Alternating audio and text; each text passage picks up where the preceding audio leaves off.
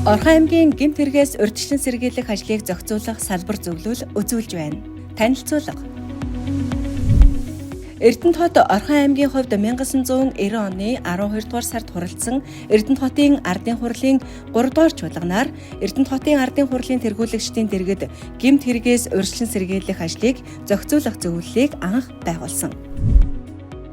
Орхон аймгийн салбар зөвлөлийг аймгийн иргэдийн төлөөлөгчдийн хурлын дарга удирдаж, гишүүдээр аймгийн засаг дарга, аймгийн иргэдийн төлөөлөгчдийн хурлын хөгжлийн хороод, иргэдийн төлөөлөгчдийн хурлын ажлын албаны бодлого төлөвлөлт, хууль эрх зүйн хэлтэс, аймгийн засаг даргын тамгын газрын хууль эрх зүйн хэлтэс, прокурорын газар, цагдаагийн газар, шүүхийн шийдвэр гүйцэтгэх газар, тагнуулын газар, онцгой байдлын газар, гайлын газар, шүүх шинжилгээний хэлтэс, Баян-Өндөр сумын иргэдийн төлөөлөгчдийн хурал, Жаргалан сумын иргэдийн төлөөлөгчдийн хурал, боловсролын газар, хүүхэд гэр бүлийн хөгжил хамгааллын газар, зэвсэгт хүчний 110-186 дугаар анги, дотоодын цэргийн 816, 821 дугаар анги, авто тээврийн төв, өмгөөлөгчдийн зөвлөл, Эрдэнэт үйлдвэр төрийн эмчит үйлдвэрийн газар, хүчирхийлэлгүй ирээдүйн төрийн бус байгууллага, аймгийн мэдээлэл шуурхай удирдлагын төв зэрэг байгууллагуудын удирдлага бүхий 27 хүний бүрэлдэхүүн ажиллаж байна. Салбар зөвлөлийн бүрэлдэхүүн нь аймгийн гэмт хэрэг зөрчлөөс урьдчилан сэргийлэх ажлыг цогц тогтвортой хэрэгжүүлэх зарчмын дор өндөр уялдаа холбоотойгоор ажиллаж, жил бүр арга хэмжээний төлөвлөгөөг амжилттай гүйцэтгэж байна. Ажлын алба 2020 оны 1-р сарын 1-ний өдрөөс эхлэн хүчин төгөлдөр мөрдөгдөж буй гэмт хэрэг зөрчлөөс урьдчилан сэргийлэх тухай хуулийн 14-р зүйлийн 14-ийн 2 дахь хэсэгт Монгол улсын хэмжээнд гэмт хэрэгээс урьдчилан сэргийлэх ажлыг зохицуулах зөвлөл ажиллах ба орон тооны ажлын албатай байна гэж заасан байдаг. Аймаг нийслэл дүүргийн гэмт хэрэгээс урьдчилан сэргийлэх ажлыг зохицуулах зөвлөл нь орон тооны нарийн бичгийн даргатай байх бөгөөд орон тооны ажлын албатай байж болно гэж хуульчилсны дагуу Орхон аймгийн иргэдийн төлөөлөгчдийн хурлын даргын 2022 оны 11-р сарын 29-ний өдрийн А131 дугаар захирамжаар ажлын албыг анхлан байгуулж ажлын албаны дүрэн бүтэц орон тоог баталсан. Гэмт хэрэгээс урьдчилан сэргийлэх ажлыг зохицуулах салбар зөвлөлийн ажлын алба нь дарга нэгтлэн бодогч, ажилтан, жолооч гэсэн орон тоотоогоор байгуулагдаж, иргэдийн төлөөлөгчдийн хурлын даргын захирамжаар 2025 оны 1-р сараас томилогдсон ажиллаж байна. Онцлог ажлууд. Криминологийн судалгаанд үндэслэн хөтөлбөр боловсрууллаа. 2023 оны аймгийн гэмт хэрэгээс урьдчилан сэргийлэх ажлыг зохицуулах салбар зөвлөл болон цагдаагийн газар хамтран гэмт хэрэгээс урьдчилан сэргийлэх ажлын үр нөлөөг дээшлүүлэх, судалгаанд суурилсан арга хэмжээг төлөвлөх зорилгоор Орхон аймагт үлдэгдсэн гэмт хэргийн шалтгаан нөхцөлийг тодорхойлох криминолог судалгааг мэргэжлийн байгууллага эрдэмтэн судлаачдаар хийлгэж, гарсан санал дүгнэлтэд үндэслэн аймгийн гэмт хэрэг зөрчлөөс урьдчилан сэргийлэх хөтөлбөрийг боловсруулан 2024-өөс 2027 онд хэрэгжүүлэхээр батлуулж байсан. Салбар зөвлөлөөс энэхүү хөтөлбөрийг хэрэгжүүлэх арга хэмжээний төлөвлөгөөг жил бүр хэлэлцэн баталж, шаардлагатай зардлыг орон нутгийн төсөвт тусган хөтөлбөрийн биелэлтийг аймгийн иргэдийн төлөөлөгчдийн хурал болон гэмт хэрэгээс урьдчилан сэргийлэх ажлыг зохицуулах салбар зөвлөлд танилцуулан ажиллаж байна. Ажлын хэсгийг зохион байгуулав. Криминологийн судалгааны тайланд дурддагцснаар Орхон аймагт залилах, хулгайлах, хүний эрүүл мэндэд гэмтэл учруулах, мансууруулах ийм сэтгцэд нөлөөт бодисыг хууль бусаар хэрэглэх, тээврийн хэрэгслийн хөдөлгөөний аюулгүй байдлын эсрэг гэмт хэрэгүүдийн гаралт улсын дунджаас өндөр хувьтай цаашид анхаарах шаардлагатай гэж дүгнсэн тул эдгээр төрлийн гэмт хэрэгээс урьдчилан сэргийлэх ажлыг эрчимжүүлэх зорилгоор салбар зөвлөлийн гишүүдийг дараах ажлын хэсгүүдэд хуваарлалаа. Ажлын хэсгүүд. Хөдөлгөөний аюулгүй байдал, тээврийн хэрэгслийн ашиглалтын журмын эсрэг гэмт хэрэгээс урьдчилан сэргийлэх ажлын хэсэг, мансууруулах ийм сэтгцэд нөлөөт бодисыг хууль бусаар ашиглах гэмт хэрэгээс урьдчилан сэргийлэх ажлын хэсэг, хулгайлах гэмт хэрэгээс урьдчилан сэргийлэх ажлын хэсэг, залилах гэмт хэрэгээс урьдчилан сэргийлэх ажлын хэсэг, хүний эрүүл мэндийн халдашгүй байдлын эсрэг гэмт хэрэгээс урьдчилан сэргийлэх ажлын хэсэг тус тус идэх оролцоотой ажиллаж байна.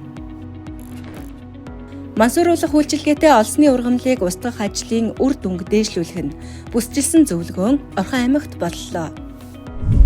Устгал арга хэмжээний үр дүнг сайжруулах, аймаг бүсүүд харилцан туршлага солилцож, мэргэжлийн судлаачдын санал дүгнэлтийг сонсох зорилго бүхий зөвлөгөөнийг 2025 оны 5 дугаар сард манай аймагт зохион байгуулж, Улаанбаатар, Төвийн болон Хойд бүсийн аймгийн 100 гаруй төлөөлөл оролцлоо. Зөвлөгөөний үеэр нисдэг төхөөрөмж ашиглан химийн бодисоор устгал хийх шинэ технологи бүхий боломжийг Орхон аймгийн гэмт хэрэгээс урьдчилан сэргийлэх ажлыг зохицуулах салбар зөвлөлөөс танилцуулж аймагуудад туршлага олголоо. Энэ нь хүний хөдөлмөрийг хөнгөвчилж, эрүүл мэндийг хамгаалахад өндөр ач холбогдолтой туршлага болсныг онцоллоо. Монгол улсад гэмт хэрэгээс урьдчилан сэргийлэх ажлыг зохицуулах зөвлөл үүсэн байгуулагдсны 60 жилийн ой боллоо. Ойн баярыг тохиолдуулан гэмт хэрэгээс урьдчилан сэргийлэх ажлыг зохицуулах салбар зөвлөлийн гишүүн байгууллагууд нэгдсэн өдрлөг арга хэмжээг хамтран зохион байгуулж, иргэдэд төрийн үйлчилгээ үзүүлж ажилласан.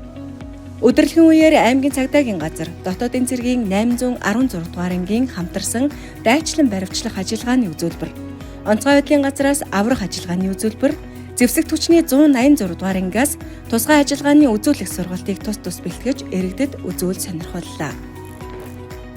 Ажлын алба.